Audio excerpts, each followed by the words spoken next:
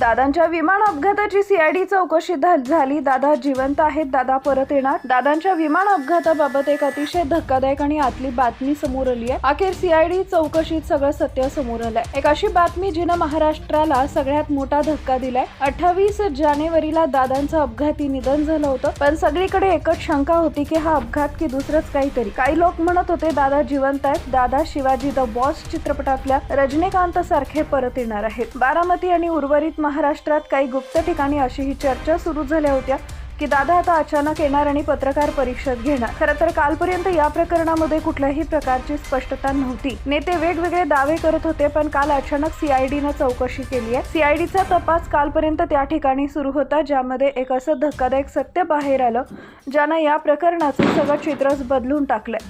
कालपर्यंत वेगवेगळे नेते यावर टिप्पणी करत होते. कोणी म्हणत होते की 6 प्रवासी होते, तर 5च मृतदेह तसे सापडले, मग 6वा व्यक्ती कोण असा दावा करणारे अमोल मिटकरी होते. तर काल एक अशी थेरी आली होती की विमान चालकानं एक प्रकारे स्वतःचा जीव धोक्यात घालून हा अपघात घडवला. परवा दिवशी एक वेगळीच थेरी आली होती की विमान उडवण्यासाठी कट झाला होता, असंही एका खासदारांनी म्हटलंय.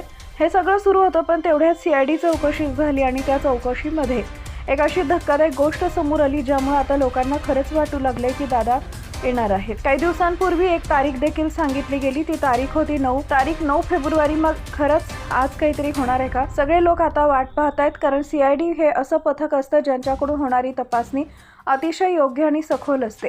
काही दिवसांपूर्वी स्वतः मुख्यमंत्र्यांनी सीआयडी चौकशीचे आदेश दिले होते आणि अखेर सीआयडीनं सगळं सत्य शोधून बाहेर काढलंय. तब्बल विषयांची जबरदस्त चौकशी मुंबई मंत्रालयामध्ये झालेली आहे आणि त्यावर सगळं सत्य बाहेर आलंय. मग दादा खरंच जिवंत आहेत का, या प्रश्नाचं उत्तर आता मिळणार आहे. दादा खरंच येणार आहेत का? आज दादाचं आगमन होणार आहे का? आता सगळ्या लोकांचे डोळे लागले आहेत. मित्रांनो, आतापर्यंत आपण ज्या काही गोष्टी पाहिल्या त्या केवळ सध्या सुरू असलेल्या चर्चा आणि तपासात समोर आलेल्या काही शक्यतांवर आधारित माहिती होती. या व्हिडिओचा उद्देश कोणत्याही प्रकारची अफवा पसरवणं किंवा कोणाच्या भावना दुखावणं नसून लोकांच्या मनात असलेले प्रश्न आणि तपासातील दावे तुमच्या समोरच मांडणं हा आहे. दादांच्या बाबतीत जे काही घडलं त्याचं खरं सत्य काय आहे हे येणारा काळच ठरवेल.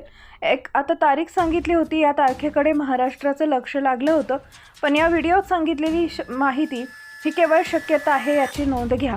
आम्ही कोणत्याही फॅक्ट्स आणि कुठल्याही गोष्टीची पुष्टी करत नाही आहोत. तुम्हाला काय वाटतं?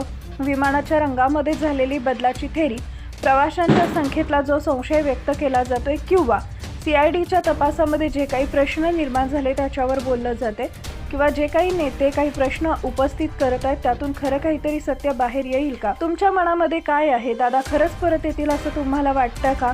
तुमची मतं कमेंटमध्ये नक्की कळवा, कारण तुमची प्रत्येक कमेंट महाराष्ट्राच्या मोठ्या प्रश्नावरचं एक उत्तर असू शकतं.